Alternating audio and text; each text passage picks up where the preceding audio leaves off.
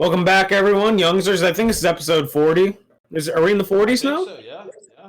Pretty sure. 40s? We're getting up there. That's We're close. 52 weeks in a year, right? Or 51. 52? 52. Come on now, kid. That's what I thought. I mean, 52. I'm getting states and weeks of the year like mixed up right there. 50 states, but yeah, so we're like 12. What are you talking about? What? What's this guy 50 on, Watts? There's 50 states. Yeah, but you said 51. You said you're No, like states. I was stuck in the halfway between. Like that's what I was trying. Oh, okay. So like I knew one was 50 and one was 52, but I had to go. Like that's how I remember the weeks of the year because I know there's 50 states, but there's not 52. So that's how my brain processes that. Okay. It has no correlation, but that's just how I remember it. Okay. But anywho, so we're 12 weeks away from a full year, which that's exciting. We're getting there. I think we started like August maybe, so or late June, late July. I know there was three pods without me, right? Because I was a 1 month guest or whatever. Yeah, I don't know. I think you guys had 3 without me, so You are our original guest. So I am, and I'm still here. How's that work? You're a reoccurring guest. You You're guys like have- a 37 37 episode guest. Reoccurring guest on a podcast ever. That's got to be a Guinness Book World Record, right? We should do that. See if you can get a plaque or something. No, because someone else would be like, "Yeah, I've been a guest on this one for like 78 episodes." Yeah, well, this is concurrent. This is all back to back to back. True. Yeah, we got an exciting slate that we didn't think would be a thing at this point in the year. So the Buccos are red hot. Like, what do we think about the Buccos? What do I think about the Buccos? Yeah, let's go Dan first. Dan usually doesn't state his opinion. He usually turns his head away. He takes his headset off, and he says, I'm not talking about the Pirates. So I'm going to give Dan the floor. I think he has a lot to say. He seemed pretty excited yesterday. So what was that, Moss? So you are a huge Buccos guy. So all right. I asked you guys in the group chat.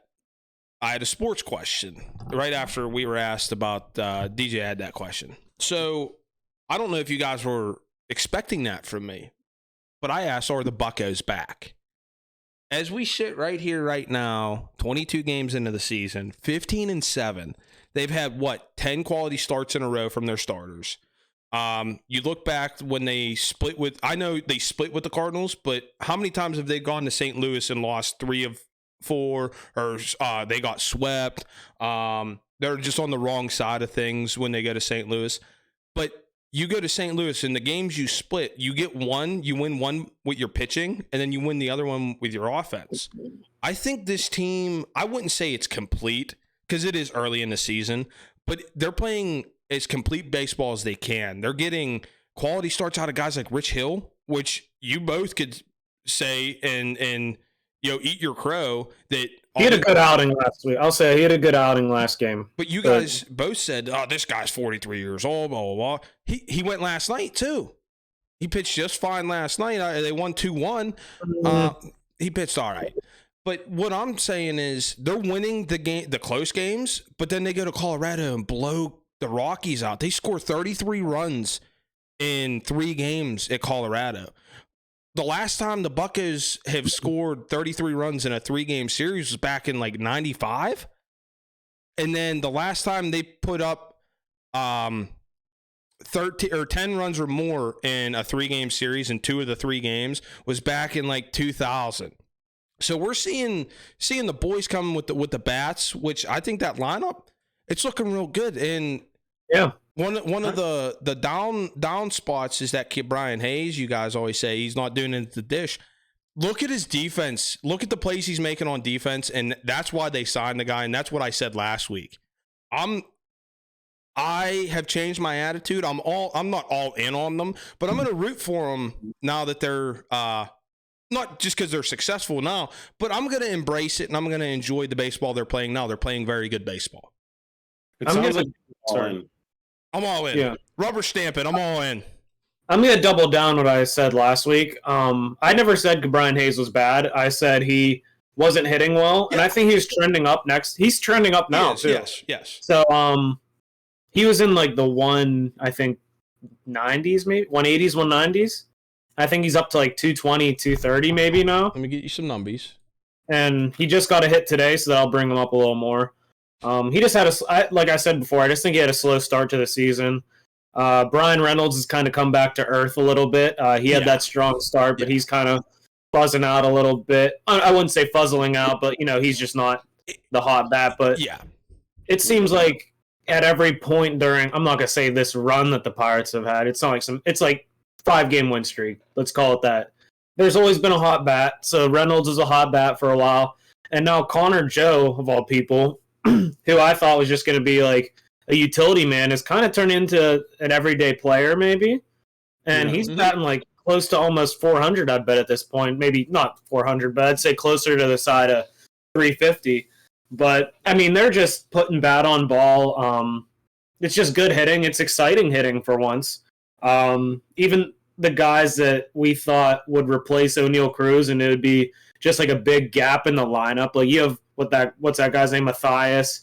Jason Delay, and Rodolfo Castro. They're all hitting the ball pretty well. There's not as much of a weak spot as you can see before, minus Austin Hedges. I mean, he's the only hitter that I've seen so far that's kind of struggling. But I've been impressed. First of all, I'd say I've been most impressed by Carlos Santana.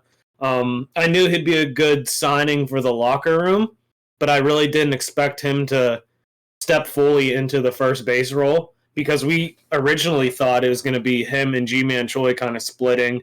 And then it's turning out that I think we're getting a lot of value from Santana. And I don't know if he's just a bridge guy and we're not contending. He could be a big piece to trade at the deadline for a team that needs him. Kind of like the role of Daniel Vogelbach of last year when we got Olderman from the Mets. Like, I wouldn't mind dealing Santana if he's hot, like batting. What, you would, Andrew? You'd mind dealing him? I'd keep him. You'd keep him for next year? Yeah, I mean, a good veteran bat, steady presence at first. Yeah, I'd keep him. I wouldn't. He's someone I would not consider trading just because he's a veteran. Now, if the Pirates are like scuffling by the time the deadline comes around and they're out of contention, all right, get him to a contender. That's kind of, you owe him that, kind of like, the Quintana last year. But I don't think Santana was really brought in as like a rental type player, from my view at least. No. Yeah, and looking back at it, I think we're all going to be eating a little crow, as Dan would say, because we thought, like, hey, these guys are just leaders. They'll smack the ball every, 30 at-bats. You know what? They're leading the team, but they're leading it to, like, a winning team. And we're second in the division, I believe, behind. Yep. Is it Milwaukee? Yep. Milwaukee. And, the pitching is looking a lot better. A lot of guys that you didn't think would be leading the charge, like Johan Oviedo, which he's very slept on. I just think media outlets disrespect the Pirates for no reason still. I know it's warranted. There's plenty of reason why they disrespect them. I know they're not proven yet, but they released their power rankings, and like Oviedo's probably had a very good season. He should be a top 25 pitcher up to this point. I'm not saying it to be like that maybe in late June, early July.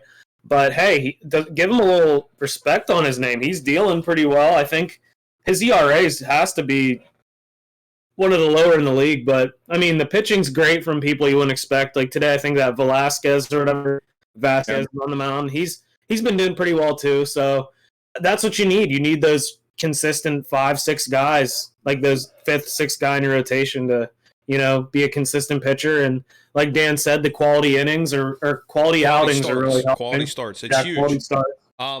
So let me just give you some numbers real quick. Brian Hayes, 226 batting average. Connor Joe, 357. Johan Oviedo with a 2.22 ERA right now. 1.15 whip. So I think just fine. Because then you look at like Rowanzi Contreras, somebody who I thought might have been the opening day starter, the ace. He's 4.57 ERA. He's probably like the second to worst pitcher right now. Rich Hill would be the only one. Mitch Keller with 3.64. So Johan's ERA's lower than them two. That's right now. Rich Hill sitting at 4.85 ERA. But the quality starts, man. I'm telling you. it's huge whenever your starting pitcher can turn over to your bullpen in the 6th, 7th, 8th inning, instead of in the 4th inning, in the 5th inning. You get into the 6th inning as a starting pitcher for this organization, for the Buccos. That's huge, because we even said our bullpen might be the weakest point on the team, and it was tough for us to say that at the beginning of the year because we didn't know, because everywhere could have been a weak point on that team. If starting pitching could have been bad. First base could have been a question mark, but all these question marks we had were they're ironing themselves out. And when you get quality starts from your starters like that, you get great starts, great outings from your starters. That alleviates the pressure on your bullpen, and it makes your bullpen not as worn down. They're playing how many games in a row? They haven't had a break since the 20. Like they won't have one till tomorrow. Or I thought it was the 26th. I could be wrong. But what's tomorrow? Yeah, tomorrow's the 24th. Anyway, I know it's coming up. That's a lot of baseball to play, and now you don't have, like, if you have a reliever go out 2 games in a row, he's not going to pitch that 3rd day. That's just how it is in baseball in major leagues. Yeah.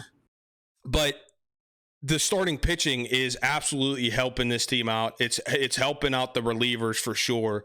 You're still going to have some guys come in and get shelled. It's going to happen, Will Crow. But it happens. But yeah. I think if they could keep riding this, and the other thing that's impressing me is they were playing small ball in Colorado. G1 Bay laying down bunts. They're getting infield singles and stuff like that, and they're producing. They're constantly on base, but then they're hitting with runners in scoring position. That's huge as well. And I don't think anybody is surprised by it, but McCutcheon's numbers this year coming back and kind of being this, the leader of that locker room, because he knows how this organization works. Bunch of young guys. He was in their position at one point, and he kind of had to do it by himself. You can't really think of what kind of veteran presence did he have when he was coming up. And he's showing these guys, hey, we can win. And the last time he was here, they won. So I don't think anybody's surprised by his numbers, but it's good to see at his age, he can still get out there and do it. And I'm not calling him old by any means, but maybe in the baseball world, you're old. But did you see him flying around from first to home when Santana hit that double? Dude, he's still got wheels, bro. Here's what I'm thinking. You don't mean he's old.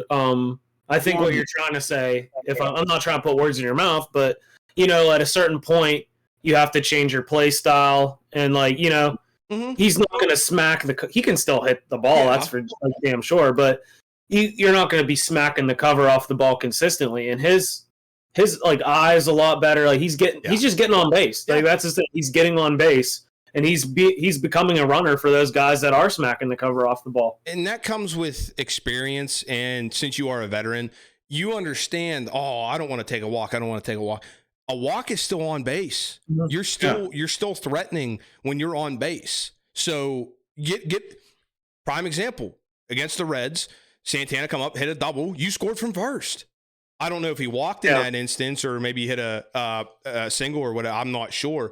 But you're still threatening there because your speed but yeah, his eye is still phenomenal. And that comes with time, because then you see younger guys like Sawinski get up there and just hack at everything sometimes. Yeah. But he's on the upswing too, though. He had a rough start. I'm sure his numbers still aren't looking that great, but that's just pigging back. Well, Sawinski right now, 244 batting average, 5 dingers, 11 ribbies, and then .979 OBS. When we saw him in Pittsburgh, I think his batting average is like 115, like 115. So here's a question for Dan. Mm-hmm. You're touching on the team ERAs, individual players ERAs. Yeah. Ronesy, 4.62 ERA, something like that. Mm-hmm. Over 4. Yeah. Is it time that maybe Ronesy Day gets postponed? I think so. Is it Oviedo Day? Yeah, because if you ask me, Rawanzi come up last year. What do you have? 5 starts, 6 starts, something like that. that was just like an end of the year bring up people's asses in the seat. Like they did with Cruz the year before. You bring him up the last 2 series or whatever. He was lights out. Don't get me wrong, but I think you get more tape out on him as opposing players and opposing lineups. It's just like anything. Let's say a freshman's coming up in basketball, you never played him, and then he tears you apart. And then the next year you got tape on him. You know how to defend against him. It's kind of like that. There wasn't a lot of tape on him, even in the minors. It's a different level. So yeah, I say postpone Rowanzi Day and let's go Johan Oviedo, because I watched him pitch. Was that last Sunday? I think it was last week. Yeah. What is he? He's like 6'4" or something like that. He's a big boy. The movement on his two-seamer is disgusting. It really is. And does he want to throw the slider too? Does he have that nasty like slider? Is that him? I think that's where we got him from. Where? The Cardinals.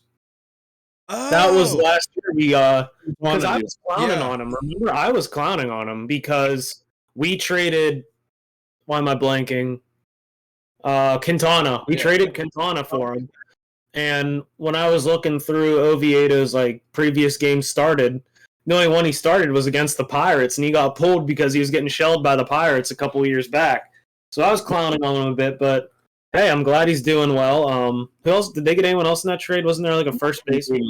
Malcolm Nunez, yeah. Okay, how's that guy looking?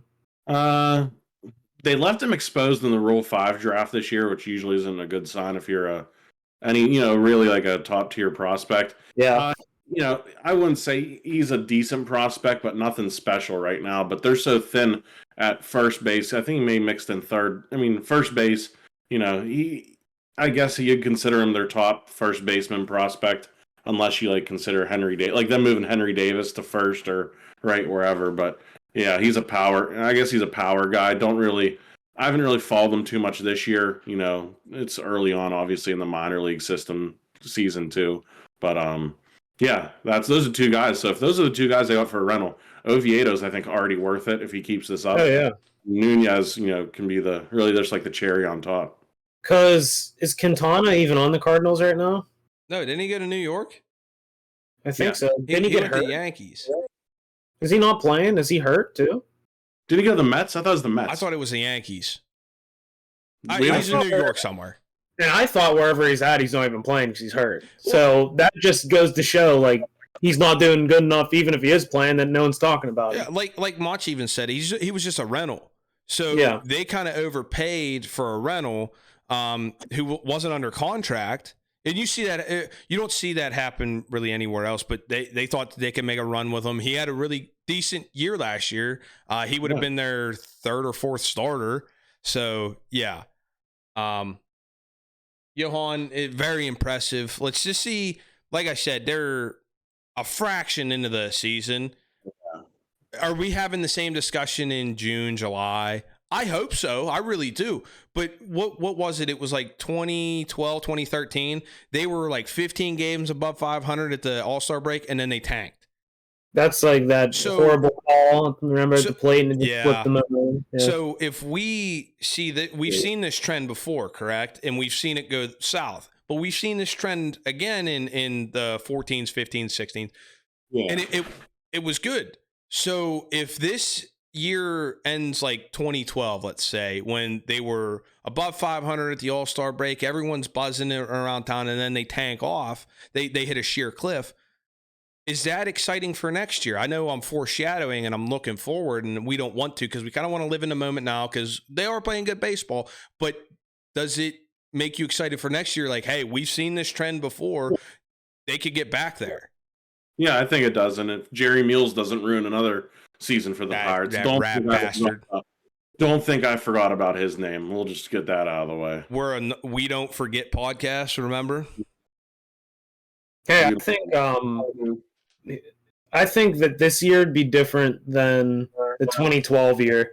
The 2012 year, I think the talent was already in place, and that was like kind of, hey, we're contenders year. Okay. Like, they're really gunning for the playoffs. I think this year it's just, I'd be happy with 500. Okay. Like, 500, I'd be completely happy. Like, I have no expectations for this year. going into this year, my expectations were I just want to watch the young guys develop, have like exciting at bats, and just watch a team that has like a little edge to them. They're a little gritty and feisty. I just want to see a feisty team, and I think we're seeing it so far. So if we can just see that level of excitement all year, I'd be okay. Because I still don't think playoffs are even an option. I know it's a hot start, and I know everyone wants to think jump the shark, like playoffs. We're going to the playoffs. It's only April. I hate to break it to you. It's a long season, 180 something games. It's just too long to tell right now. 180 games, and we've played, let's say, maybe 25. Right now, today is their 23rd game. So, yeah, around that. So that's not even a fourth of the year. It's a fraction. You're looking at maybe an eighth, ninth of the year. You got 159 games to go. Yep. And that's the thing. Good teams underperform early and bad teams overperform early sometimes. So I'm not saying the Pirates are a bad team. I'm saying at best they're a 500 middle of the pack team, but it'll be exciting to watch the rest of the year. And hopefully they can at least be competitive and, with these big teams. And hopefully there are some games where, I just loved watching those games where they hooked 13, 18 runs on the Rockies. Mm-hmm. We'll be seeing that this year. It wasn't like last year where we were the punching bag, where the Cubs were hanging 25 on us in a shutout, So at the beginning of the year, if you would have told me that they would have more games won by 10 runs or more than lost by 10 runs or more, I'd have called you crazy. Yeah, I would have called you crazy because they beat the Rockies 14-3 twice, and I don't think they've lost by 10 runs yet.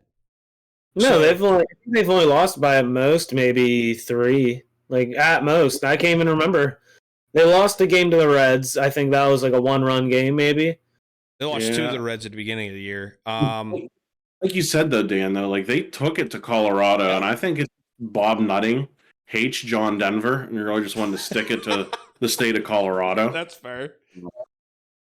I just have that gut feeling where, something was going on there where, you don't see the Pirates do that. Like you said, you don't see them do that too often where, we see position players pitching for the other team. Usually it's the other way around, G1 Bay or someone's on the mound. It was nice to be on the other end of it for once. So I'm going to ask you guys a question then, because for years, and you guys can agree to this because I'm sure you've heard it. Anytime the pitching was horrible, it was Oscar Marine's fault, right? It's the pitching coach. Anytime the hitting was terrible, it's the hitting coach. I'm not sure what his name is. Is it time to give them their due? Or was it just they were working with the talent that they had and now they have better talent? What is it? See, I think it might be a little bit of both. I mean, obviously Marine, I think he came in after Ray Searage. And towards the end of Searage's tenure as pitching coach, I think the Pirates fell off a little bit, and that's why he was let go.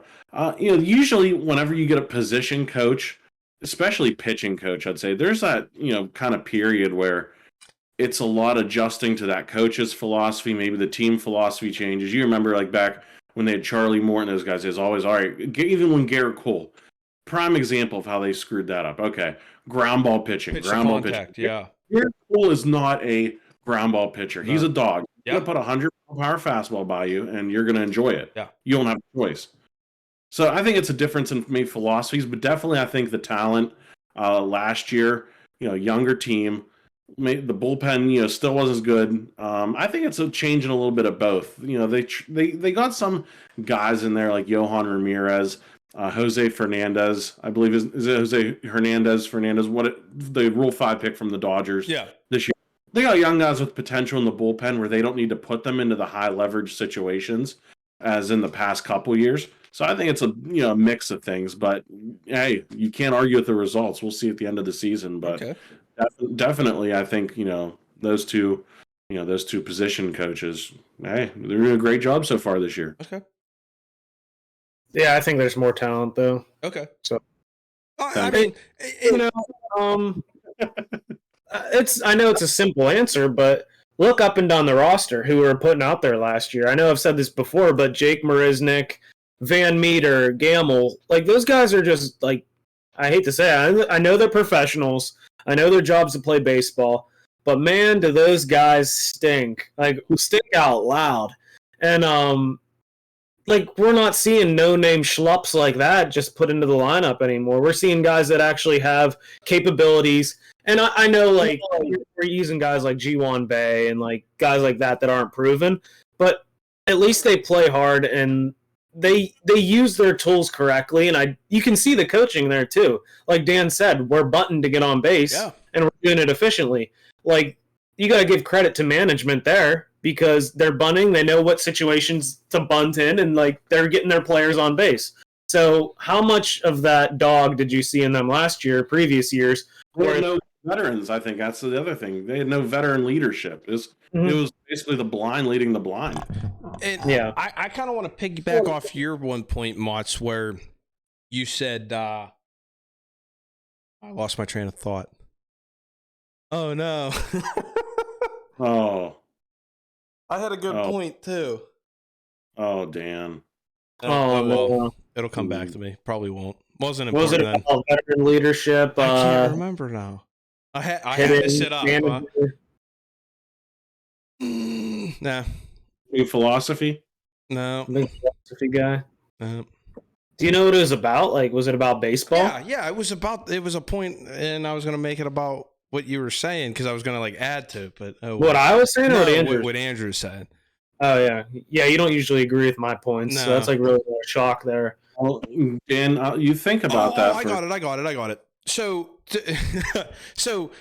when you were saying that you gotta adjust to the coach's scheme and stuff like that, it's just like a college coach who goes and recruits a new college coach, and they always say, hey, wait till his recruiting class gets in there and gets old and mature and they get to his system. You got to give a college coach, like a football coach, like 4 years. So you get his classes in there and not wean out the old coaches recruits, but you kind of have to. So yes, that was the point I was going to make.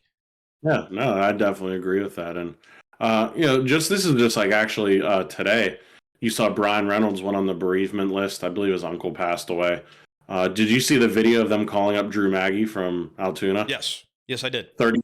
34 years old, called up to the show for the first time ever. Electric video. 1,000 games played in the minors. Yeah, 13 years. Yeah. Holy cow! And he'll be back down in the minors whenever Reynolds comes back. But it's one of them feel good stories and one of them feel good videos you see. So tip of the cap to him. Put him in today. That's all I'm saying. You got to put him in. Yeah. I don't think they have yet. But here's the other thing. It's just like them guys who play a ton of games in the minors in NHL. You see it every once in a while. Like late in the year, a team will be out of playoff contention or whatever, and you call him up. You give him a little taste of what he's been fighting to get, and it's just it's not like a handout, but it's like a hey. We appreciate you grinding as much as you have. Here's your moment. And I'm it's like a full circle moment. Yeah. Like it's not like, hey, you don't deserve to be here. It's like you were good enough to be in our system for so long, and you're kind of like more of a manager at that point where you're like growing the young guys. So you do. I mean, I'm not joking about it. Jackie Moon, bring those young guys up, and you're a leader, so they're giving you your shot. Like they're giving you your treat. Yeah, it's a little. Giving you your roses, and I'm okay with that because there's a lot of guys who never get that and just wanted just once, but they just weren't at that level to get there. So it's a feel good moment, feel good thing. You hate the circumstances. Sorry for Brian. But. It also makes you feel good about the organization that they're not complete assholes, I guess. I can tell Ryan has something funny to say. He's just like locked in on the camera, like heads askew. Like, he's got something smart. I was gonna say, what's like, say you're that guy and you're getting your at bat. What's like, I have an idea in my head, but what's like the one thing that would sour like the whole day, like when you're up to bat? Like a bad walk-up song. No, like, what's something you... let's just say in general, you come up to the big leagues one game. What's one thing you don't want to happen? I don't want to strike out. Nah, there's something worse. Throw the bat. No, there's something worse. There's two things worse. I don't want to get plugged. So, like, say you just get 90 to the ear hole. Yeah, like, you don't want to get plugged. Or like one of those swings where like it actually just hits you in the nuts and you miss the ball like altogether. Still a strike. Still a strike. You swung. Yeah. Like that's got to be the worst. But that's what I was thinking. I could tell you had something there. You just had that look on your face, like you're just. And I can see why they didn't bring him up. I'm watching it to the side right now. I can see why they didn't bring him up earlier. He has like really stupid glasses on, just really stupid. Well, yeah, I'm pretty sure he's like in a. Like I'm okay. Like I'm glad he got his moment, but he has like those athletic glasses that are like plastic with like they're not like sunglasses. They're like I need help seeing glasses, and he's wearing them like I don't know. They just look really stupid. I'm sorry. Like I'm glad he's playing right now and he's having a good time and spitting seeds with the guys, but you gotta know like put contacts in or something. What position's he playing? Left bench. I heard Bob Nutting actually called him up so he could take over for the pierogi race. He's just doing their what if he's just like doing their laundry or something? Stop like, it. Bob Nutting doing that. Well, is that Bucco talk? Yeah, that's anything else? And they're up 1-0 right now. Yeah. So exciting stuff. What do we got next? We want to talk. They're home, right? Yeah, they're home. Yeah, they got 2 men on, no outs. First and second. Well, there's 1 out now, I think. Or no, I'm lying. 1 strike. Sorry. Anyway. 2 strikes. So what a bold thing to do. He's like showing bunt and all of a sudden he pulled back and just full swung. Anyway. You get flopped right there. Yep. Are we talking Steelers next or do we want to talk cinema? Let's do Steelers. Keep it in the. There's not much of the Steelers. Let's just get that out of the way. Yeah. And I'll take over, Dan. Penn State product, Allen Robinson in the black and gold. Hey, as a number 3 receiver, he's going to be all right. Take it for what it's worth. He mossed Michigan. He got a tattoo of it. You were a little upset over that. I think it's so conceited. How's that conceited? You're taking. You get a tattoo of yourself on your body, like. Yeah, I can't agree with that. Yeah. Do you see Ryan getting like him beside his Jeep hauling a bed full of mulch? Yeah. No. Well, I wouldn't do that. Even though I have hauled like a lot of stuff. Do like, you see me with like a 10-point like the biggest hauls, on my back, like holding a 10-point? Like no, like come on. There's only one person that can do that and get away with it. That's Steve-O. Yeah. That's it. That's Steve-O. Yeah. You ain't Steve-O, get that ink off your body. Yeah. Like, unless you're putting a hook through your mouth and jumping in the Atlantic, you ain't getting into that tattoo yourself. But go ahead. Go ahead, Motts. Yeah, I think it's a good low-risk reward. Really, they only moved down like 14 spots in the 7th round to get him. So, as a number 3, and I saw dumb Pittsburgh media this week. Oh, does this mean they're trading Deontay now? Like, no, it doesn't. That just gives you a number 3 receiver that, I think he's had 33% of his snaps in the slot last year, and he's a big red zone target. So you have Deontay, George Pickens, and Allen Robinson, 1, 2, 3, as your top receivers. You have Calvin Austin coming off injury. Maybe he can give you something there. You still got Pat Freiermuth, Connor Hayward. Ryan's acting like a jag up in the top there because, who knows why. I mean, he's like a little kid. He's at the Super Mario movie. His attention's clearly, just gone away. But no, offense could be looking good, I think. Yeah, and I think you're right. And if he plays in the slot, Tomlin likes them big slot receivers, like the Jujus, and that's when Juju did all his damage. I know we had AB on the outside, but still – a bigger body on the inside and in the slot, I think will be just fine. And like you said, as a third receiver, low risk, high reward. Yep.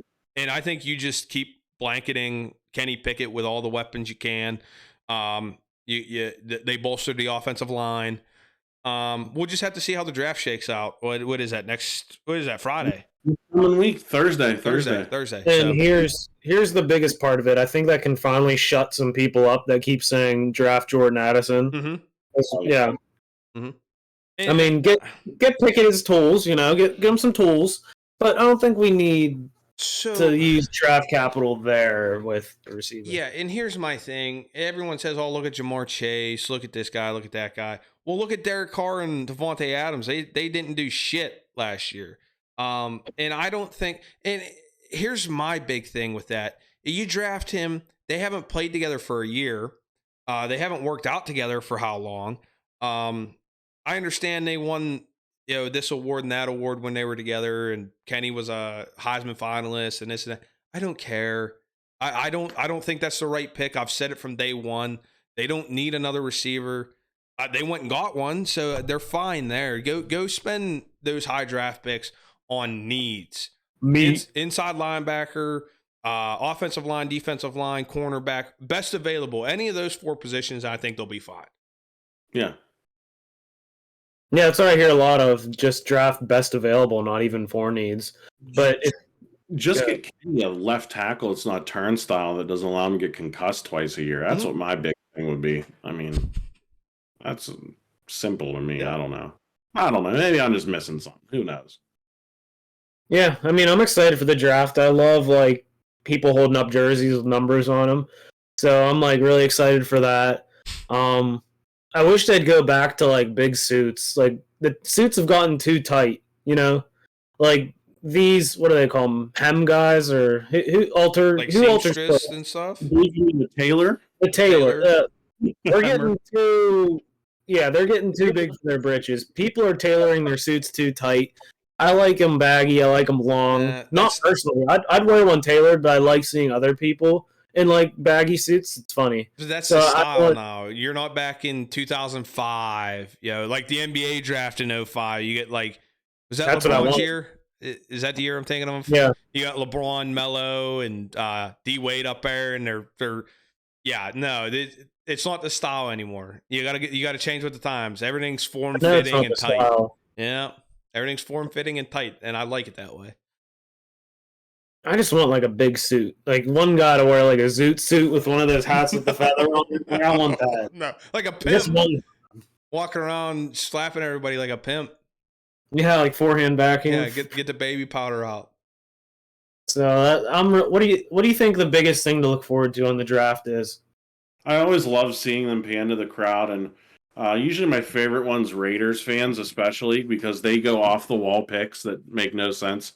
Then they pan to the fans in the crowd, and they're just going nuts, for absolute shitters. That's just the hilarious part. This guy will never be good, and they're going absolutely wild for it. But just the people in the crowd, the reactions, they could get you see Cincinnati fans, they'll draft Joe Burrow. You'll see there's always one in the crowd just booing it, does not like his personal pick. There's always just some yokel that's just screwing up everything. So there are 2 things I enjoy. I enjoy a good commissioner boo. Yep.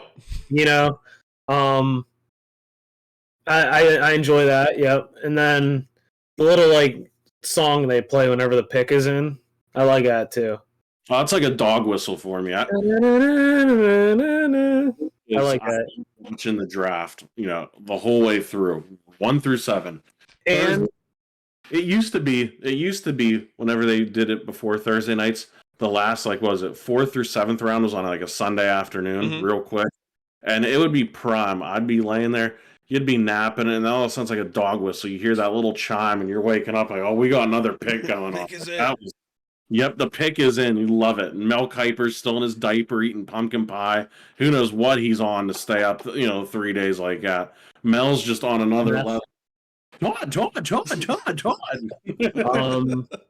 And then another little tidbit that I like, and then I'm done talking about the draft, is whenever someone slides really far back, farther than they thought, and they have the best available, and it's a really low number, and then all the numbers next to it are a high number. That's embarrassing. So I think that's pretty funny to look at. But I'm a big ticker guy, so looking at tickers is fun. I love all the moving graphics. So fun stuff. Bring back big suits. Did you guys see CJ Stroud's test results on that one test? It was the C2 test or whatever. Wasn't it not good? 18. Yeah, I heard it was pretty bad. That's bad. But yeah. Huh? I wouldn't call it great. No. All right, that's enough draft talk and Steeler talk for me too.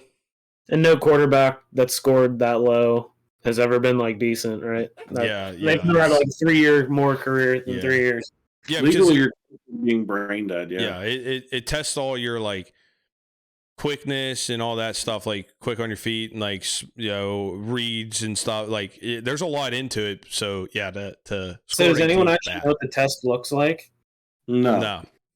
So what if they just took him in a room? It was like whack-a-mole, like this whack-a-mole machine. Like it's like this big like test, like people are like scared of, and then you just go in a room, all white walls, white floors, white ceilings, like like a padded room, and then a column in the middle is just whack-a-mole from like Chuck E. Cheese. You're a dingus, you know that? Like who thinks of this? Yeah, I haven't whacked a good mole in a while. I want to go play a little bit. They had a good one at Rascals Playhouse back then. Back in the day. I used to get a Rascals a decent bit. Yeah. I forget where I was. It was either Rascals or Dave and Buster's. Like it wasn't the adult size basketball ticket machine. It was like the mini one. I was farming tickets and I like keyed some other kid on it, like because it was giving free tickets out for not paying. And this little other kid told the worker, and the worker came and shut it down. Prick. Snitch. Told on me for getting free tickets. What a bum. But yeah, that's Rascals Playhouse talk. You want to talk Super Mario? Or Dan, this is the question I want to ask. I know we both saw the same movie recently. Do you call it Super Mario or Super Mario? Mario Brothers. Mario. Yeah. I know some people call it Mario. My old man does, and it pisses me off. Yeah, I'm not a Mario guy, but no. There's only one Mario in this world, and that's Le Magnifique, Le Saison Suisse. Yeah, Mario Lemieux. Yeah. So, what was your opinion on the movie? I want to hear your opinion. We'll talk cinema. My opinion on the movie, it was good. I liked it. It my kids were excited to see it, so it wasn't bad. Jack Black was phenomenal as Bowser. Peaches. Yeah, I like that song. Seth Rogen is Donkey Kong he did that all right. Now, if they would have told me I didn't know that Charlie Day was Luigi, I wouldn't have went and seen it. I can't stand Charlie Day. I just can't stand him. That I disagree. I didn't think there was enough Luigi. No, there was too much. Luigi. Why don't you like him? I don't know why. That's one actor I just can't stand, and I have no idea why. I don't like Always Sunny in Philadelphia because of him. He's so annoying to me. I don't know if it's his high-pitched voice or what. I don't know. Maybe it's because he always plays characters that are like in your face, like skittish, like in your face, like high energy. Maybe that's it. Maybe paired with like the loud, squeaky voice. That's always. Maybe it's just an annoyance, but I needed more Luigi. I liked it. It was good. It was good if you have short attention span, which that's for little kids, so I can see why. But my one disappointment, or I had a couple. I needed more like Wario. I needed Wario and Waluigi. There's no Waluigi. It's Waluigi. Kind of disappointing. It's Waluigi. Kind of disappointing. No Yoshi. There's like 5 seconds of Yoshi at the beginning, Did and you then watch the after credits scene? Yeah. Okay, it's just the egg though, and like the what? I need like him riding Yoshi. They're gonna make another one. That's all they're hinting. Oh, they're gonna be like 4 more. Yes, Waluigi will be in there. Wario will be in there. Yes. And then the biggest gripe I had is they referenced like every single game, everything like that, and then they didn't have one Mario Party reference. No Mario Party reference. They had everything else. I think they even referenced like some Super Smash stuff in there a little bit. Donkey Kong, they literally every Mario character, like the squirrel guy. Unless because you can't say the star. Well, you could say the superstar. That's Mario Party. You could say the superstar because when Bowser went and smashed the block to get it, and he said, "I finally found it." Yeah, possibly. Well, spoilers. Well, are you gonna go see it? No, I'm not going to go exactly. see it. Yeah, you wouldn't see it because I told you there's no Waluigi, and I know how big of a Waluigi fan you are. Waluigi, Jesus Christ. It's a Waluigi, sound it out. No, it's not. Do you know how like word letters after like a vowel make it like a long A. Yeah. The U after the L makes the A long, so it's like Waluigi. So that's how that works. Oh, okay. All right. And also, what's with like his stupid catchphrase, like being slowed down? Like, dude, every time you go slow mo, you don't have to say "Mamma Mia." That was forced. You gotta admit that was forced. They did it 4 times. Yeah. He's like slow mo, falling backward, like, "Mamma Mia." Yeah. Like, we get it. Like that's your catchphrase, Mario. But yeah, that's cinema talk. A little more Waluigi next time would be nice. Maybe a little Birdo action too. But that's all I had. Yeah, so more cinema talk in the future if the people like it. I don't know. I don't know if anyone's like a film head around here, but honestly, not a film head. I'm not a big movie guy. The last one I think I went and saw was the new Scream movie. I saw Super Mario Brothers, and then before that, I don't know. I saw Ant-Man Quantumania or whatever. That's pretty. Last movie I went and saw was Minions: Rise of Gru. I don't go to the movies. I hate the movies. I really do. Like the good one. I like the ones I like.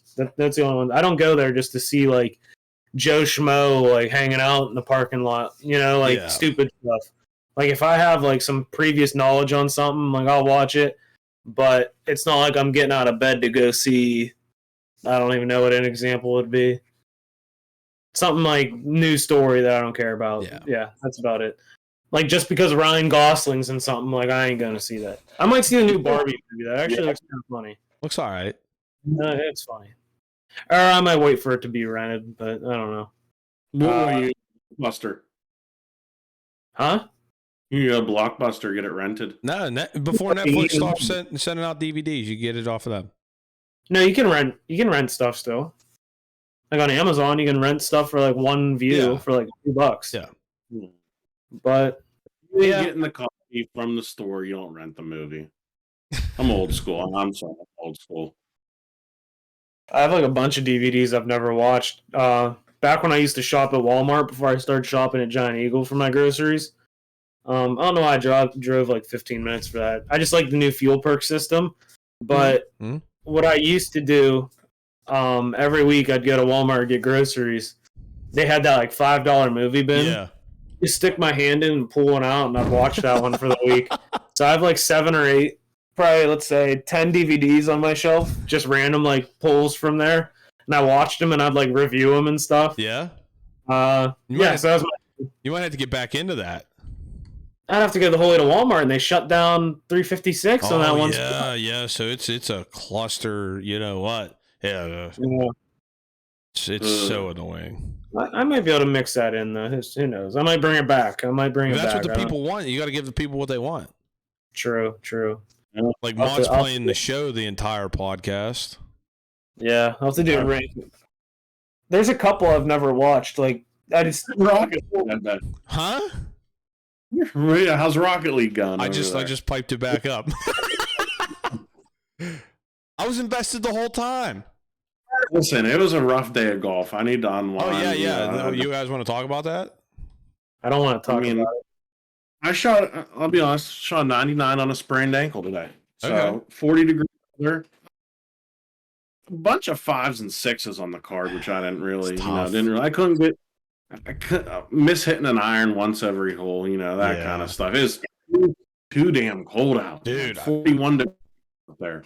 When we were talking last night, DJ was talking about them young cats going out in the morning, and I woke up late today, but I didn't get to bed till like 2. I just couldn't fall asleep, and I woke up 11 o'clock and talking to the wife, and she's getting ready to go shopping, and I was like, oh, okay.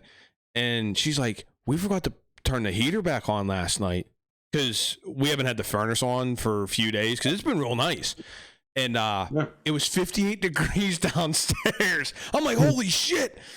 So I look at my phone. It's 44 degrees outside at 11 o'clock. I was like, it had to be 30 degrees outside at 9 o'clock in the morning when them young cats teed off. What time do you guys tee off?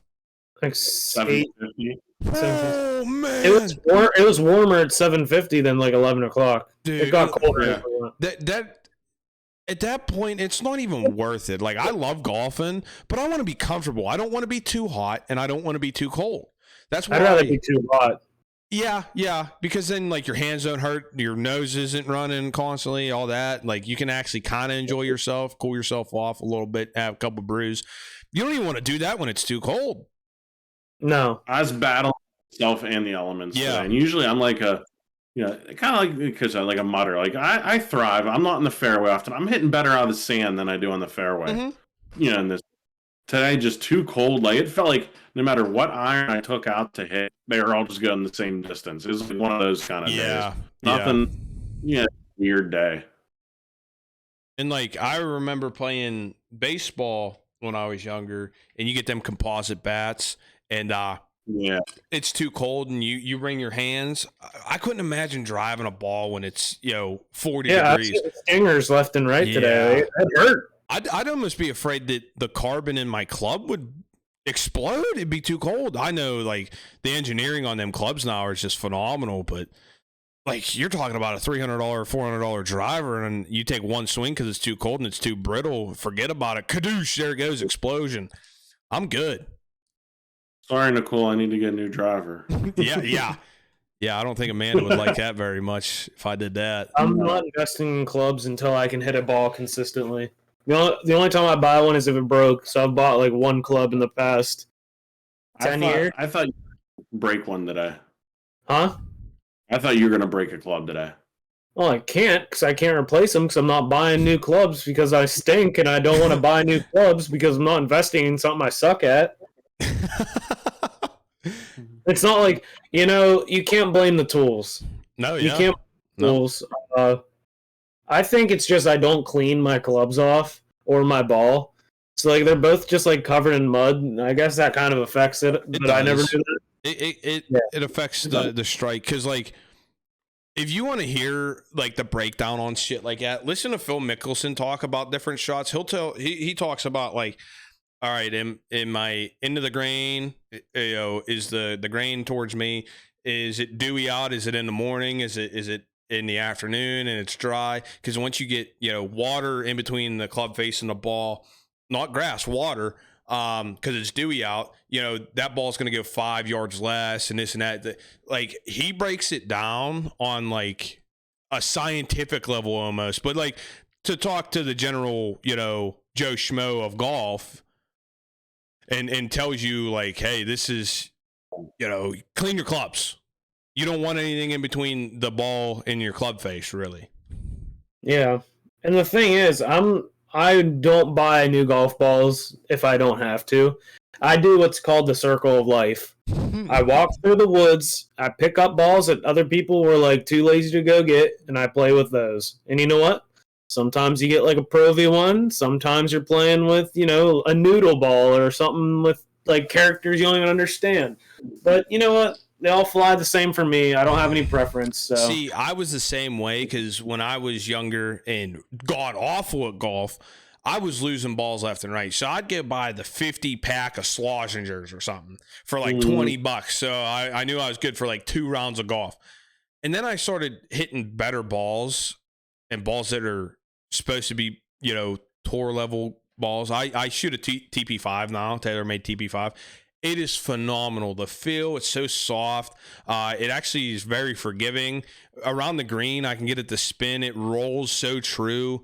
I really like the TP5. So I was the same way. Don't get me wrong. But when you start playing a good ball, a better ball, a decent ball, it does make your golf game improve. Not that much, but you'll see an improvement. I will say, too, this was one of the first rounds. I went the whole day with the same golf ball. Not one... Dude, this is where it really came in. So 16 at Bird's Foot, right before the last par 3. Okay, yeah. Yeah. I hit my drive, it's in the fairway. My next one, I absolutely sliced my 3-wood into those briar thickets. Mm-hmm. And I saw my ball is in the little clearing. And I went in there. I had jaggers all over my legs, punched it out, saved the stroke. Nice. I mean, don't get a 6, whatever. Yeah. But I'm not losing a ball today. I was like cut up. My legs were just cut up. But that's a phenomenal feeling in itself. When you can play an entire round of golf and not lose a ball, it's awesome. Because you know, you might not have been striking it well, but you really didn't miss hit it all that bad if you're able to find it every time. Yeah. So Callaway went the whole, they started us on the back nine today, which was a very odd feeling. Yeah. Murderer's Row back there on the back nine, that longer par 3, and then the dog leg right, and then going up there. Not a good way to start the day. I don't say that much. That's like it's like starting an outing on a par 3. I hate that. That's happened to me. It's happened to me quite a few times. I hate that. Because then you're not even dialed in. You're like, well, I'm not hitting an ace here today. Yep. Yeah, you're right. And I think every outing that we've played together, and Dan, I think they've done that to us. No, the one Marconi outing, we started on that par 5.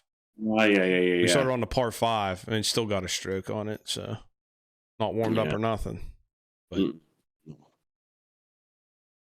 otherwise, tough day out there. Tough day. It happens. I had a birdie. The rest of the scorecard, don't ask about. It'll keep you coming back, right? Yeah, keeps the lights on for me. But yeah, that's about it we got. Anyone have any Jags or anything? Oh yeah, I have one real quick. And it ties into the cinema stuff. There was an older lady who brought, I'm assuming 3 grandchildren or maybe 2 grandchildren and a friend to go see the Mario movie, which is fine. I'm all for it. You want to take your kids and stuff. But when I'm standing in line, don't act like you're in another line and then my line comes open and I start walking forward and you cut in front of me. That's a Jag move.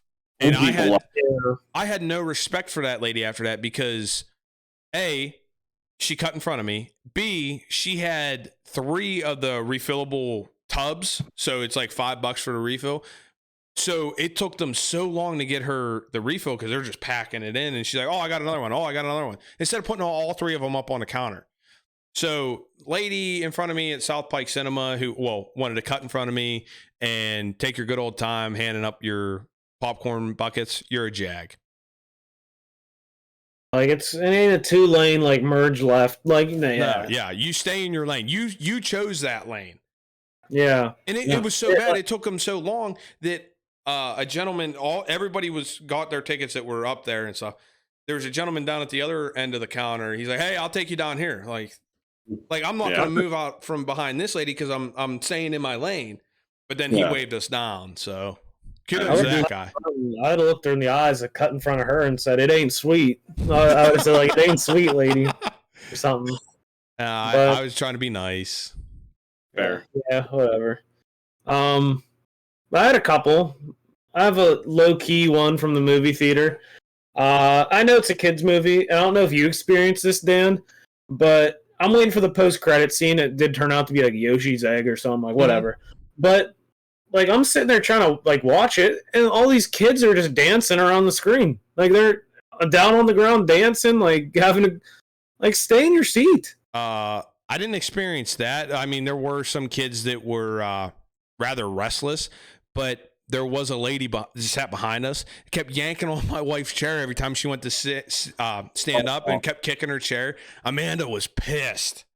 She's like, if she would have like kicked my chair one more time, I was going to move the seats in front of us. So you should have, or said something. And then I have a second one. This guy thought he was like a comedian today at Giant Eagle. I was in line.